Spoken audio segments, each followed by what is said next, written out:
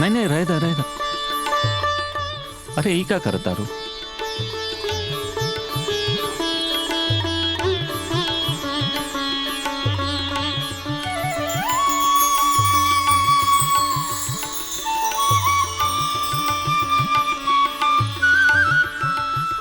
तुलसी जाना ताड़ू का कल तक तू दूज का चांद लागत रल और आज पूरा का पूरा अजोरिया। सूरज के सामने अजोरिया का कीमत बा? वो सूरज तो रोज अजोरिया का पीछा करेला और हम वो कैले बानी।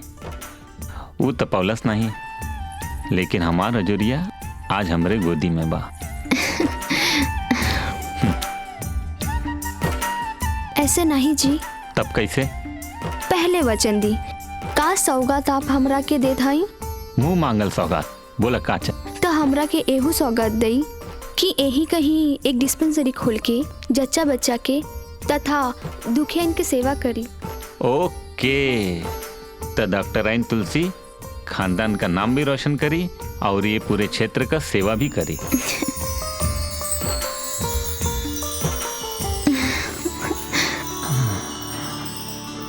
तुलसी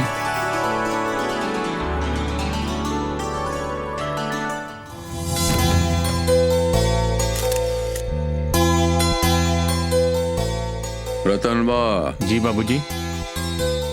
हम तो के मना कह ले रही ना के बहुरानी के हवेली के मर्यादा में रह दे, यही में खानदान के इज्जत बा। का बाबूजी छोड़ा ना वो सब पुराना सिस्टम के। अरे तब का औरत कहाँ पढ़ी लिखी रहलीन, यही से वो लोगन का जिंदगी चौका बर्तन में रह गई। बाबूजी आज के औरतन के देखा। तू अच्छी तरह जानत हवा कि तोहरे आगे हमरा कौनो बस नहीं चली।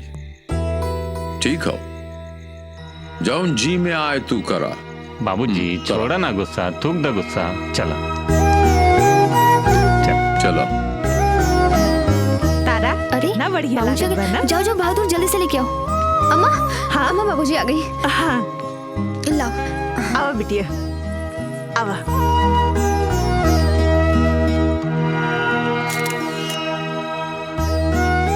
ए बदमाश। Yes dad. हाँ? हमार मतलब बाबूजी। हाथ लावा यार। हम कहली हाथ लावा यार। चला भान 2 और 3।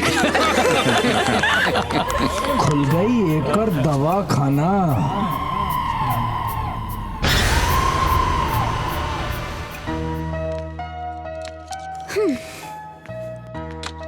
इतना गंभीर केस रहल, आप लोगन के दिमाग खराब हो गइल बा। पहले आवे के चाहिए ना। अरे अपन मेहरारू के क्या कही, ई ओझा के चक्कर में पड़ गई। हेलो भौजी खाली हो गई लो। काहे का बात है? अम्मा बुलावत है, जल्दी आवा। अम्मा से बोल दो अब हम ना आ पाए। ठीक बा। डॉक्टर साहिबा, आप जच्चा बच्चा दोनों का जान बचौले है, ई हमरी तरफ से तोहफा। नहीं काका, ई तो हमार कर्तव्य रहल। जुग जुग जिया बिटिया, जुग जुग जिया। चली थे जिग जुग जिए बिटिया।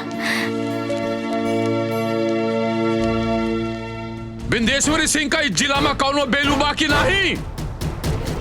हमसे और बर्दाश्त नहीं हो रहा बा। बस हम कह देते हैं, ये दवा दारू का दुकान हमके नहीं चाहिए। हमरे बहुरानी बा, बिंदेश्वरी सिंह के बहुरानी बा, घर के इज्जत बा। ये आंगन में किलकारी चाहिए हमके। अरे क्या कमी बा इस घर में? घरे में कमी ना हो बाबूजी, बाकी क्षेत्र में जौन चीज का सबसे बड़ा कमी बा ओकरा के तोहार बहू पूरा करत बा। बेटा, बहू हवेली के सिंगार होली, अंगना में छम छम पायल पहन के ए घरे से ओ घरे जाए, यही घर के सुख होला। ना कि रोज चिल्लात मरीज हरदम घर के द्वारे खड़ा रहे। घर में जैसे शराब लागल बा। ए माई, बोला तोहार बहू आंगन के चिरई ना हो, तो वो हो समाज रूपी बगिया का एक बिरवा, जौना से दुख दर्द भागेला। और बाबू कहीं कहीं अपने परंपरा के भी समय के हिसाब से बदले के पड़ेला।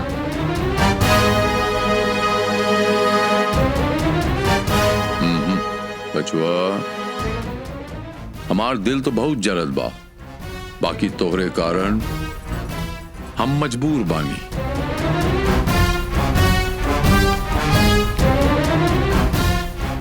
तू हमार खून बाड़ा, जवन चाह तवन करा।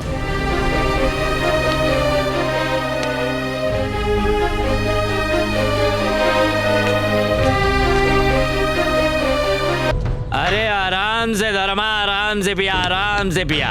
हम आ गए बानी। अच्छा सुना, बोला। काली चरण कहले हो वो जौन तुलसी है ना, तुलसी उका छोड़े का नहीं, उका उठा के ले जाए और जौन चाहे तौन करा। अरे आई, चला चला चला चला चला। अरे कहाँ चली हमार गुलाब जामुन? अरे आज तो हके ना छोड़ब, आए हमार रसमलाई, आए है। अरे जाओ हमार रानी। अरे कहाँ जाता है रानी?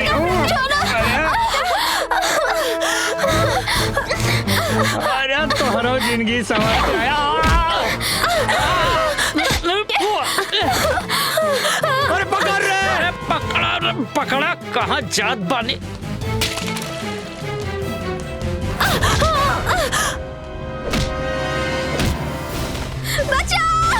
अरे पकड़ा। अब कहाँ जाबू रानी? ले लो रे मजा।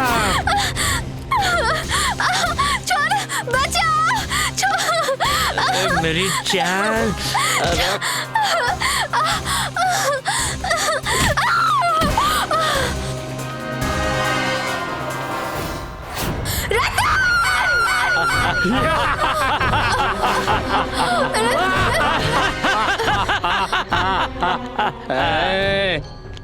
अरे धर्मा, छोड़ा मत।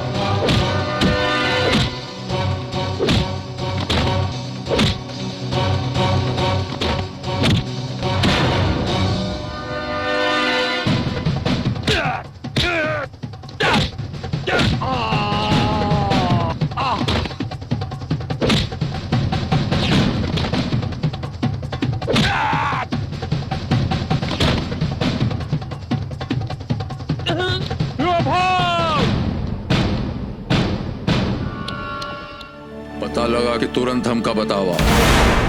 जी बाबूजी। और यो पता लगावा कि एकरे पीछे राज का बा।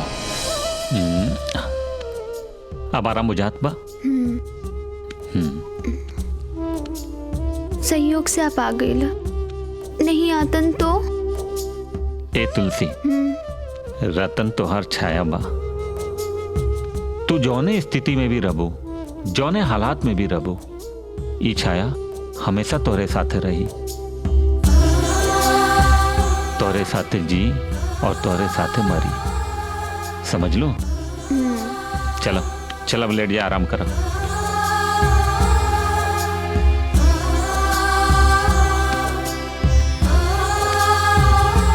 संभाल के।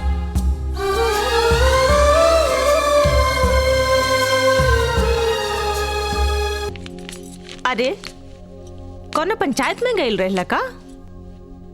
कब से खाना तैयार बा? बाट जोहत सांझ हो गई। रतन का माई आज खाना खाए की इच्छा ना करत बा। आखिर कौने बात के चिंता बा? रतन की मैया, सारे गांव के लोगन की चिंता बा, सिर्फ हम ही के नहीं। अरे अभी तक हमरे गोदी माँ पोता पोती ना आइलन। अरे यह बात के चिंता तो हमरो बा। उ सुखिया के देखा, पर साल अपना बेटा के ब्याह कैले रहल और ओकरा बहू के बेटा हो गई। छट्टी में बयाना लेके आयल रहे। हम तो ये सोचत हई रतन का मैया कि रतन से हम ई कहीं कि शहर जाके बहुरानी के कोनो अच्छे डॉक्टर के दिखा दे। ठीक बा। अरे लात लात हमरे पेट पे, हम डॉक्टरनिया तुलसी के ना छोड़ा। बाबूजी 2.5 साल हो गए सत्तू खात खात। अरे हमार तो हर सारी कमाई धमाई वो डॉक्टर नी चबा गई। बाबूजी अब एक काम करा, धुनी पर डाल दर राख और चला भीख मांग के दोनों बाप बेटा पेट भरी। घुराड़ी और भीख, लानत बा घुराड़ी ओझा के। सुन, आखिरी अस्त्र फेंके जा रहल बानी। हमार बैताल जाई और सब तहस नाश करके लौट आई। अब देखा घुराड़ी बाबा के कमाल। अलख निरंजन, अलख निरंजन। अरे तुलसी, आज शहर चले के हो ना? काहे खातिर? एकर दुई कारण बा। एक तो हम अपनी तुलसी के साथ कबो शहर न घूमनी और दूसर कि हमार माई चिंतित हो बे। काहे बदे हो? हर महतारी का चिंता होला कि ब्याह के बाद जल्दी से जल्दी पोता पोती अचरा में आई जाए। अब ब्याह का 2.5 साल बीत गई तो महतारी का चिंता दूर करे खातिर तनी अस्पताल दिखाई दे और बहुत अच्छा बहाना बा।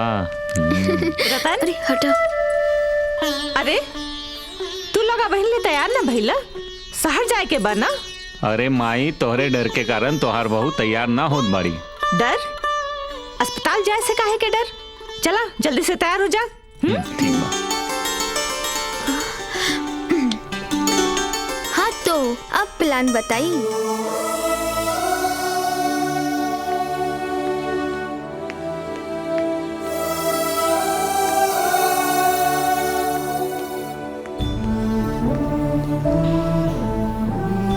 तुलसी, इम्मन इतना दुख चिंता करे का का जरूरत होवे? हम बानी ना, तू चिंता मत कर। कुछ बात कर, कुछ बोला। का बात करी? अरे कुछ खट्टा कुछ मीठा। सब तो खट्टा हो गई रतन, अब कहाँ? चलो चलो। गंगा मैया तू शांत बारू, कि हम शांत ना बैठा। बोला माई। काल से हम देख रहल बानी, बहू के चेहरा उदास लग रहल बा। हमेशा हंसे बोले वाली लड़की एकदम से गुमसुम हो गई बा। का बात है? अब हम का बताई माई की का बात है? बेटा, माई के ना बताऊबा तो केकरा के बताऊबा? माई से कोनो बात छिपावे के ना चाहिए। दुख, परपात, चिंता सबके समाधान होला। बतावा ना बेटा। माई, माई तुलसी कब मां ना बन सकेले। का?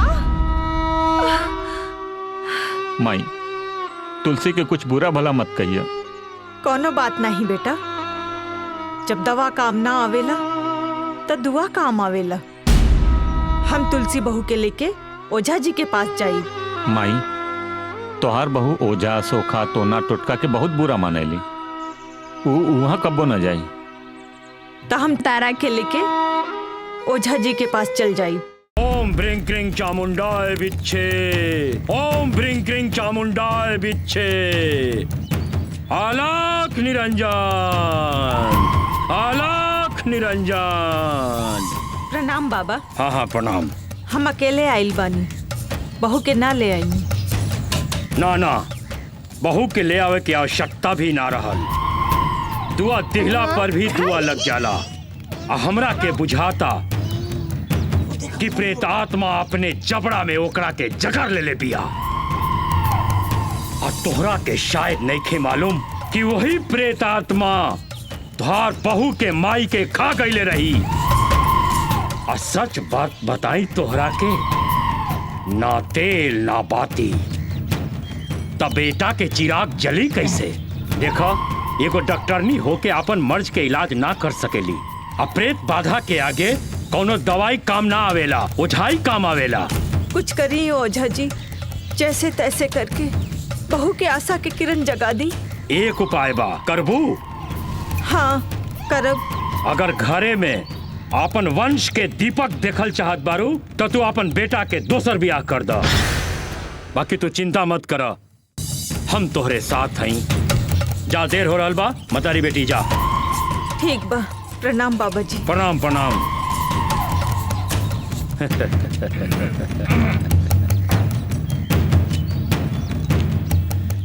चला बिटिया, आवा।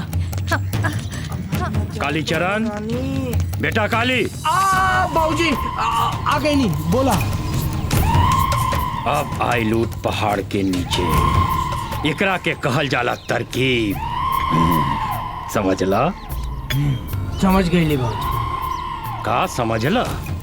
है कि दोपहर में करी ओझाई और संजा को करे लगाई बुझाई। आज हमरा के समझ में आ गई कि तू हमार असली बेटा बाड़ा। हाँ, तो अब तक का नकली समझ के पालत पोसत रहला।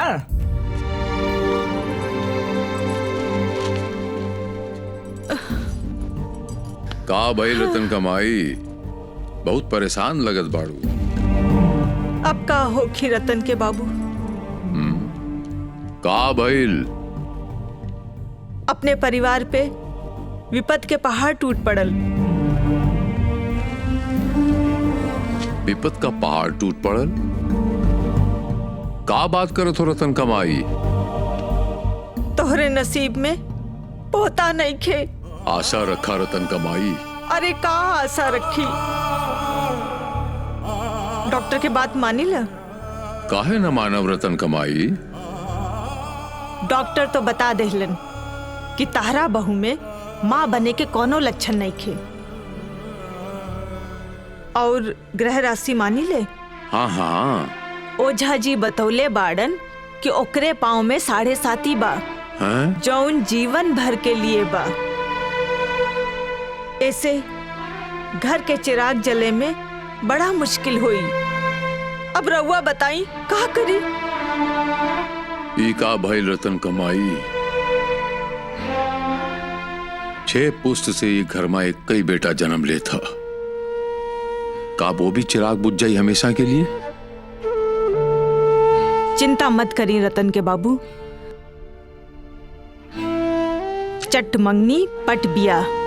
हम तक कहत बानी रतन के दूसर ब्याह करा दा, कुल दीपक बुझे से बचा ला। अरे रतन कमाई, बहुरानी का का होई? कैसे बर्दाश्त करी अपने सौ? हाँ बहू। बाबूजी, हमार नसीब में भगवान जौन लिख देहलन ओकरा के हमरा पास रहे थी। ई खानदान में चिराग जले के चाही, उ तो तुम कह रहे बाने। बाबूजी, आप अम्मा के बात मान ली। हमरा के कोनो तकलीफ नहीं खे। बाबूजी, ई खानदान में चिराग जरे के खातिर आप दूसर वो अवश्य ले आई बाबूजी। हम दोनों बहन बन के एक साथ रह के परिवार के हर एक दुख सुख में हाथ बटावल जाए। हाँ बाबूजी, अब मान लो। आप लोग एकरा खातिर तनी को चिंता ना करे। तुलसी तू का बात बाड़ू? हमरा के कुछ समझ में नहीं आवत। रतन, हमार हर एक बात तो मान ले हवा। आज ये तुलसी तोरा खानदान के चिराग के खातिर अचरा पसारे हो, मान लो। ना तुलसी, हम तोहरा के छोड़ के कोई दूसरा के कबूल ना कर सकीला। अरे हमरा के मालूम है हमार बाबू चंदा नाम की लड़की से हमार रिश्ता तय करे जात हवन। अरे हम तोरे मांगे में सिंदूर डाली है तुलसी, सिंदूर। हमरा के धर्म संकट में मत डाला तुलसी। हम सिर्फ तोहार बन के जी सकेला, सिर्फ तोहार। अगर हमार बन के जी सकेला तो हमार बात माने के पड़ी। तुलसी, तू हमार जिंदगी हमारा आशा हो। हम अपने जिंदगी के निराश न कर सकीला। सुनी, अगर तुहार आशा हम बानी तो माँ बाबूजी के आशा खानदान के चिराग हवा। दोनों के अरमान पूरा होवे के चाहिए। रतन, हमार बात मान लो। अम्मा बाबूजी के अरमान पूरा करे खातिर तू हमार बात मान लो रतन, मान लो रतन, मान लो।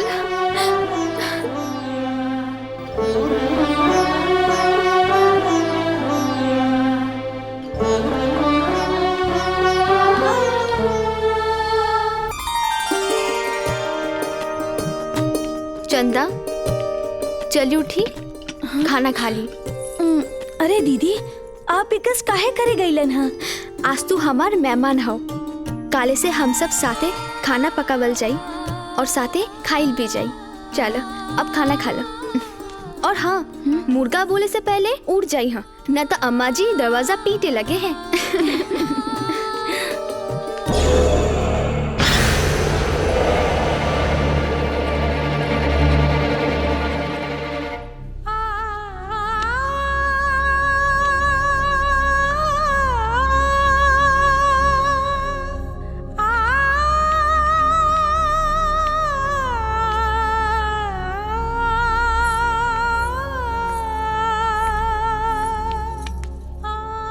अब सारा गम के भूल जाई।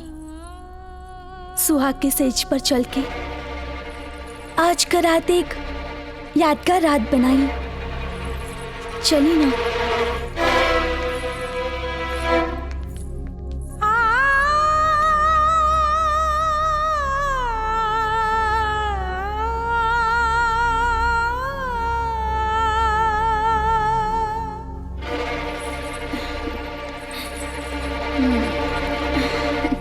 बिटिया, ई तू का कह दिलू?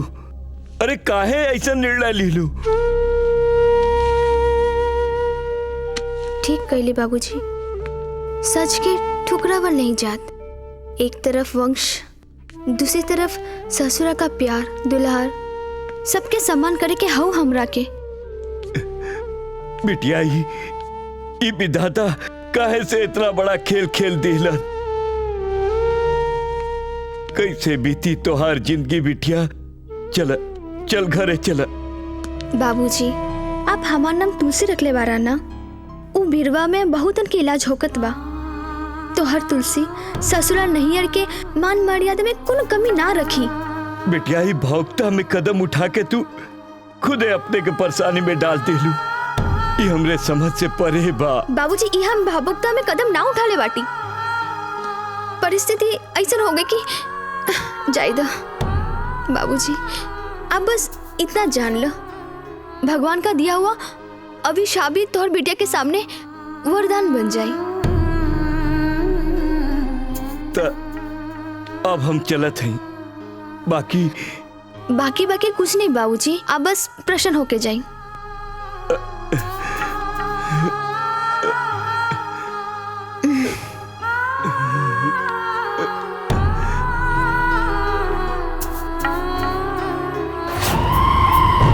अलख निरंजन, अलख निरंजन। हाँ माई बोल। 8 महीना हो गए तू अभी तक दर्शन ना दे लो। दर्शन देवे नाही, दर्शन करे आइल बानी। आशा के किरण जाग गइल बा। हमरा बहू के बच्चा होए वाला बा। हाँ, आशा के किरण त जग गइल बा, बाकी अभी बहुत खतरा बा। खतरा? एकरा के मरल बच्चा पैदा हुई या पैदा होते ही मर जाई। ई का कहत बाड़ा महाराज? तोहार बड़की बहू तोहरा लोग के गढ़हन लगा देले बिया। वो डॉक्टरनी है ना, और तू लोग ओकर साथ छोड़बा ना। हमरा का करे के हुई ई बताई। खानदान के चिराग खातिर हम कुछ भी कर सकीला। तोहार बड़की बहू के पाँव में 7.5 के वज्र रेखा बा, और मिटी ना। तू ओकरा के हमेशा खातिर नैहर भेज दा। बाबा शांत शांत, तोरा के चिराग चाहिए ना। अब हम एकरे आगे कुछ ना कहब। जा जा। चला बहू।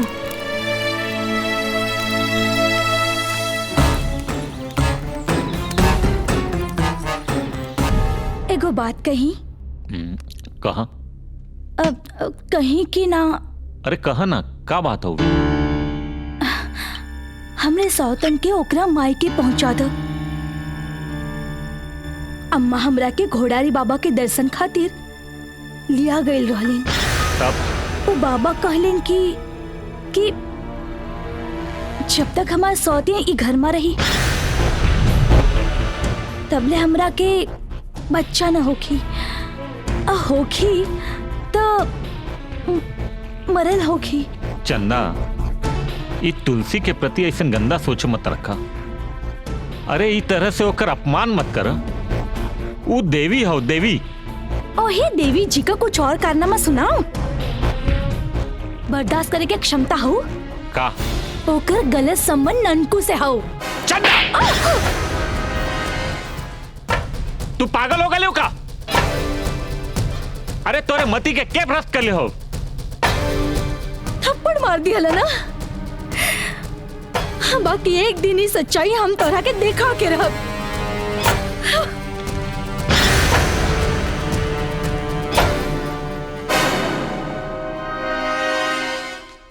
तारा? हाँ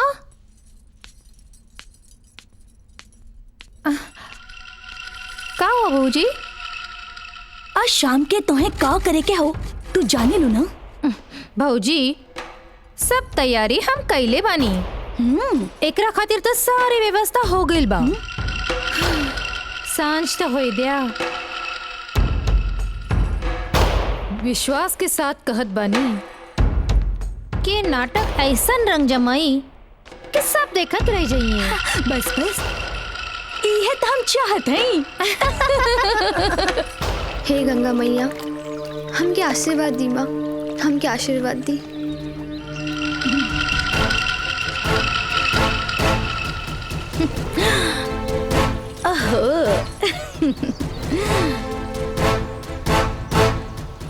अरे हमरे ननद तो भैया जी। का हो चंदा? तनी ऊपर तो आई। हाँ रुका हुआ तानी। क्या बात हो चंदा? तनी वहां थोड़े दूर पर देखी तो। का हो? पहचानत हो वो साड़ी के? अरे ननको तुलसी। ते ठीक कहत रहलू चंदा। लागत है दोनों के जान हमही के लेवे के पड़ी। नाना घरे का बदनामी जिन करा। गाँव में हो हल्ला मत जाई। एकरा के एकरे माइक का डगर पकड़ा दो बस। ते ठीक कहत ताड़ो। अभी ये करे के पड़ी। चलो। बहादुर, ओ बहादुर। का भाई भैया? अरे रतन भैया कहाँ हो? रतन भैया वो तो अपने कमरे में हो। घरे में? हाँ। अरे रतन भैया, ओ रतन भैया, अरे रतन भैया, अरे रतन भैया, तुलसी भौजी कहाँ बाड़ी? अरे तुही से पूछत हई कहाँ बाड़ी भौजी? का काम हो? अरे रतन भैया, आज करवा चौथ का व्रत हो। भौजी कुछ सामान मंगोले रानी, तो हम लेके अली हा। ननकू, हाँ? आज के बाद यह रही ना तो तोड़ तंगड़ी तोड़ दे। ये का कहा था? चला चला निकले यहाँ से। रतन भैया निकले यहाँ से। रतन भैया, रतन भैया, रतन का हुए?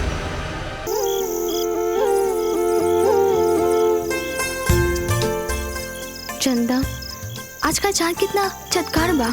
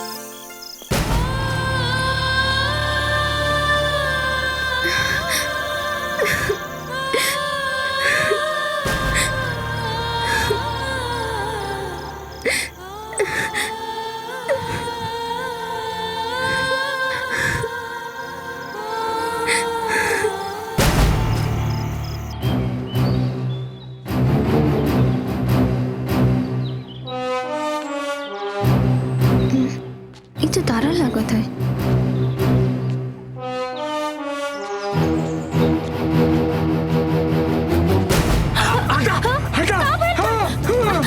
अरे काली तारा, काली तारा, का होती सब? बोलो ननन जी, का होती सब? चला घरे, बाबूजी तो खाल उधर दी है। छोड़ दा। तारा, चला, चला। बहुत बड़ बात हमरे कान में आइल बा। कवन बात बाबूजी? तू बिंदेश्वरी के बिटिया के साथे बड़ बड़ खेल खेल रहल बाड़े। नहीं था, ऐसा कोनो बात नहीं के बाबूजी। देख, तू जौन कुकर्म के खजरी बजा रहल बाड़े ना, वो बिंदेश्वरी और ओकर बेटा के पता चल जाई तब तो हार खजरी बच जाई आ हम निपुत्तर हो जाई। बेटा बाबूजी, बुर्बक, तू हमरा के सफाई मत दे। अच्छा तो यही होई कि तू ये बस्ती छोड़ के चल जो। पर बाबूजी, जाई तो जाई कहाँ? यहाँ से 50 कोस दूर भक्तू बाबा के आश्रम बा। तू वहीं चल जो, तुहार जान बच जाई। समझ ले?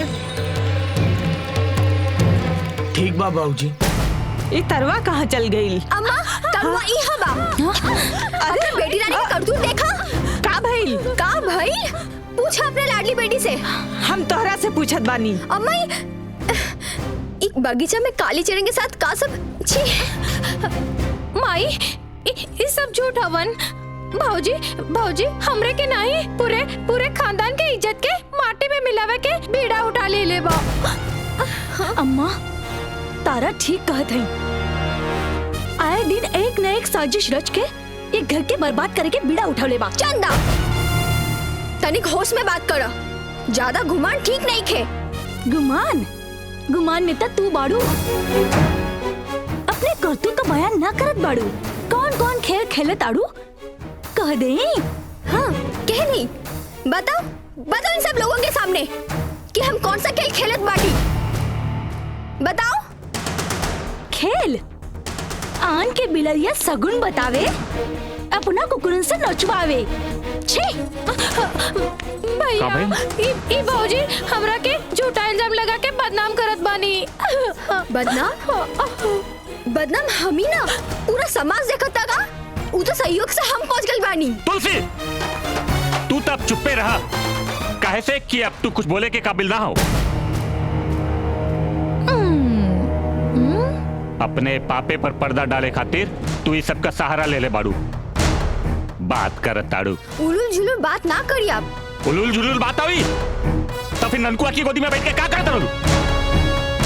छी, रउआ के जीभ कट के गिन ना जात ऐसन बात बोल के। ना गिरी बहुरानी, जीप कट के ना गिरी।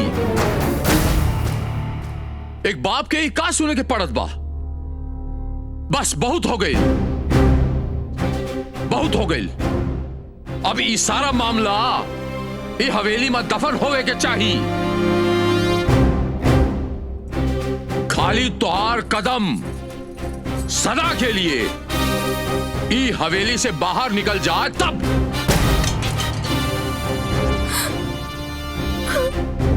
ना बाबूजी, ना, ऐसा ना बोली, ऐसा ना बोली, ऐसा झूठा इल्जाम हम पे ना लगे बाबूजी। ये सब झूठ बोली, ये सब झूठ बोली, ये सब झूठ बोली। तू हमरे बहन पे इल्जाम लगोलू, वो सच हो, और तोहरे ऊपर इल्जाम लगल वो झूठ हो गई। वाह, सुन ला, अब तोरे पास एक के रास्ता बा।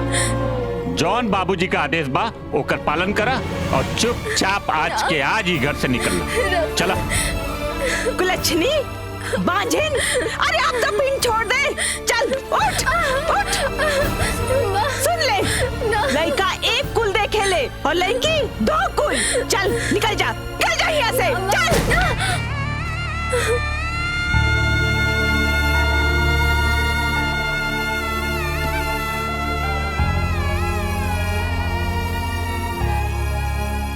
आज तो हम जात हई।